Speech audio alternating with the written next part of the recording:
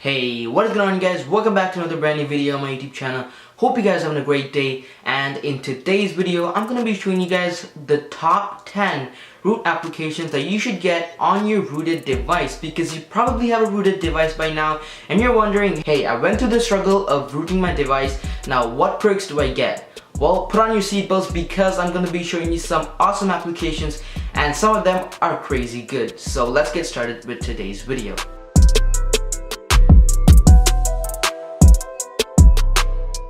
Alright guys, so basically this is one of my first applications that I install as soon as I get root. This app is useful for two tasks. One, for removing bloatware. It can remove any application, even system apps, from your device. And I also use Titanium Backup for backing up and restoring my app data. The reason why the backup and restore feature is so important is because when you constantly flash new ROMs and try new things, it's easy to pick up where you left off from.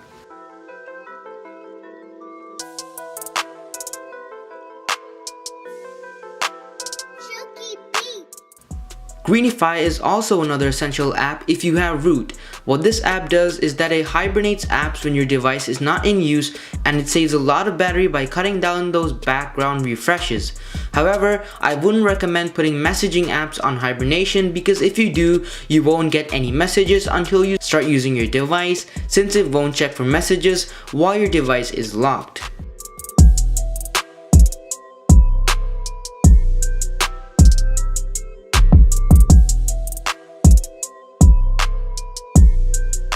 Magisk is the better Super SU, as I like to say. Even on my most popular root video, I showed Super SU as the root manager. But I remade that tutorial with Magisk now because apparently Super SU got bought by a Chinese company and people are worried about privacy and protection. And the other reason is that Magisk has a built-in root hider. And for me, this was the only one that hid root from apps like Snapchat or banking applications. If you're using Super SU right now, don't worry, because there are videos out there on how you can switch to Magisk. Device ID Changer does exactly what the title says.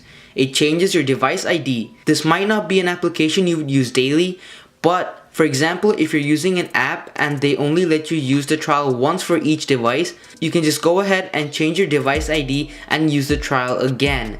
Now, I don't recommend doing this, but it is possible and it is a perk of having a rooted device. And you can always revert back to your original ID, so there's really nothing to worry about.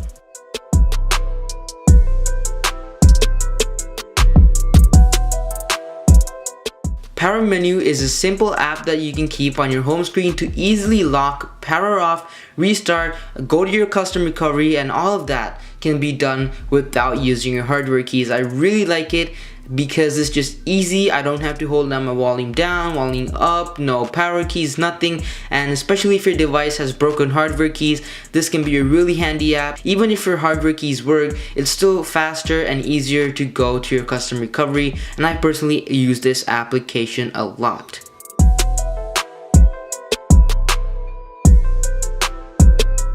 Emoji Switcher is one of the apps that made me want to root. As much as I love Android emojis aren't as good as Apple emojis.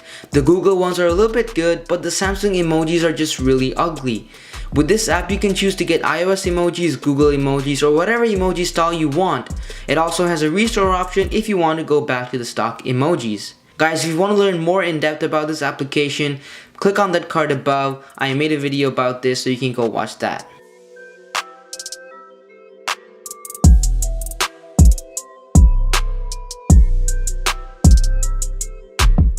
Now, Apps2SD is a great application if you have a SD card and if you're running out of internal storage.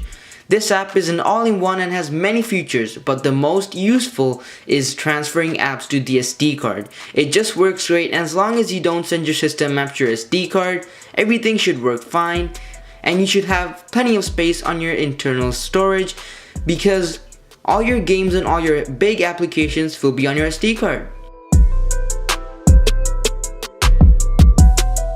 Solid Explorer is a materialistic file explorer, and that is what ES File Manager used to be. Once you give Solid Explorer root access, you can go to the device root and give yourself permission to modify the files. It's a great file manager, and especially with root, I can't recommend anything better. It works great and it also looks great. What else do you want in a file manager?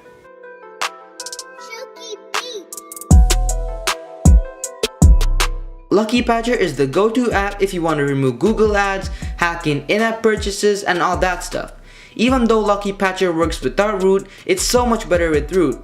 Instead of compiling an APK file and then having to reinstall it, you can straight away modify the app without uninstalling it. However, you should turn off Google Play Protect because they will keep telling you that Lucky Patcher is harmful. And if you're part of the Android community, you probably know Lucky Patcher has been here for a while and it's not really harmful.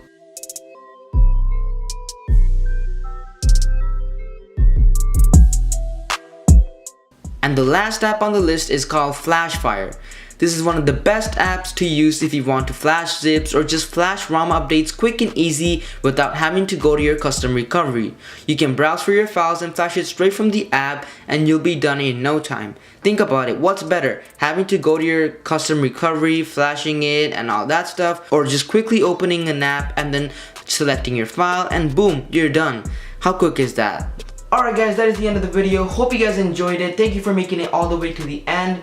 If you enjoyed the video, be sure to give it a like and also subscribe to the channel because I'm going to be making more awesome content like this. And if you have any questions about any of these applications or if you want to share something about these applications, do that all in the comment section below. And yeah, this is Tech Alpha signing out with today's video. See you guys in the next one. Peace.